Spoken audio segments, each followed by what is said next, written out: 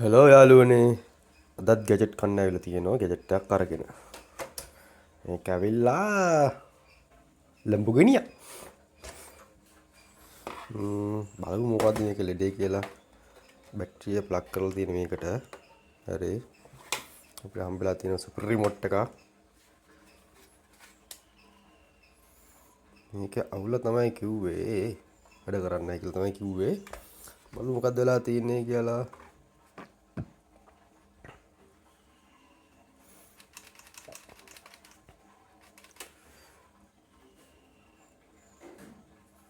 හරි මේක මට හිතෙන්නේ අපේ රිමෝට් කන්ට්‍රෝල් එක අපේ ලැම්බෝගිනි එකට සෙට් වෙන්නේ නැහැ. කනෙක්ට් නැති අවුලක් තියෙන්නේ. බලමු මේක කොතනින් දෙන්නේ මොකද්ද කරන්න පුළුවන් හදන්න පුළුවන්ද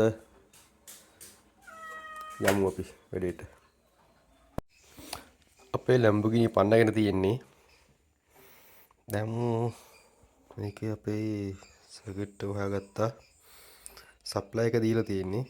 බැටරි වෝල්ටේජ් එක මේක තියෙනවා 7.4 කියලා. අපි ඒක සප්ලයි එකෙන් දීලා තියෙන්නේ. හැබැයි දුන්නම මෙච්චර ලොකු ඇම්පියර් ගානක් ගන්න විදියක් නැහැ. කනෙක්ට් වෙන්නේ නැතුව. බලමු මොකක්ද අවුල තියෙන්නේ කියලා.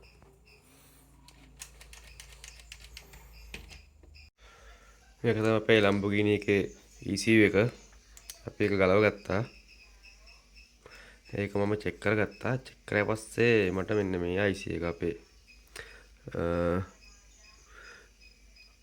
RF IC එක මේක. මේක තමයි අපේ Lamborghini එකේ රිමෝට් කන්ට්‍රෝල් එක අතර සම්බන්ධතාවය පවත්වා ගන්නේ. සප්ලයි දුන්න ගමන් මේ IC එක හීට් වෙනවා. හැබැයි ඒ වුණාට මේකේ නෙවෙයි දෝෂේ තිබ්බේ. මේකේ data in out line check කරන් යද්දී මට වුණා data out line එකක set වෙන අපේ මෙන්න මෙතන තියෙන ෆන් අපේ ස්ටීරියම් වීල් එක drive කරන IC එක මෙන්න මේක. අන්න ඒක තමයි දෝෂෙ තිබ්බේ. ඒක ගලවගෙන තියෙන්නේ. දැනට මෙහි මාකට් එකේ මේ IC මොඩල් එක නැති හින්දා අපි අල්ලපු ගෙදර ගිහිල්ලා ගත්ත මේක IC එක ගෙන්නලා තියෙන්නේ. මේ තියෙන්නේ අපි අල්ලපු ගෙදර ගිහිල්ලා ගත්ත IC සෙට් එකක්ම ගෙන්නුවා පවරත් එක්ක.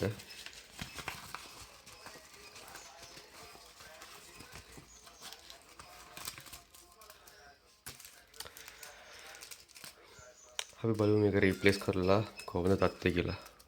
Lamborghini එකට පණ ඇයිද කියලා බලමු අපි.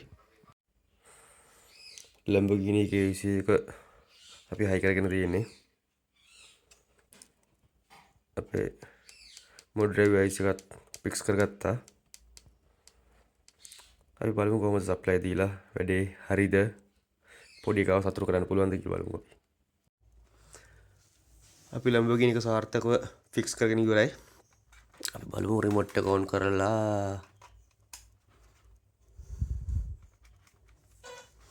ඕ වැඩේ සක්සස්. ෆ්‍රන්ට් වීල් දෙක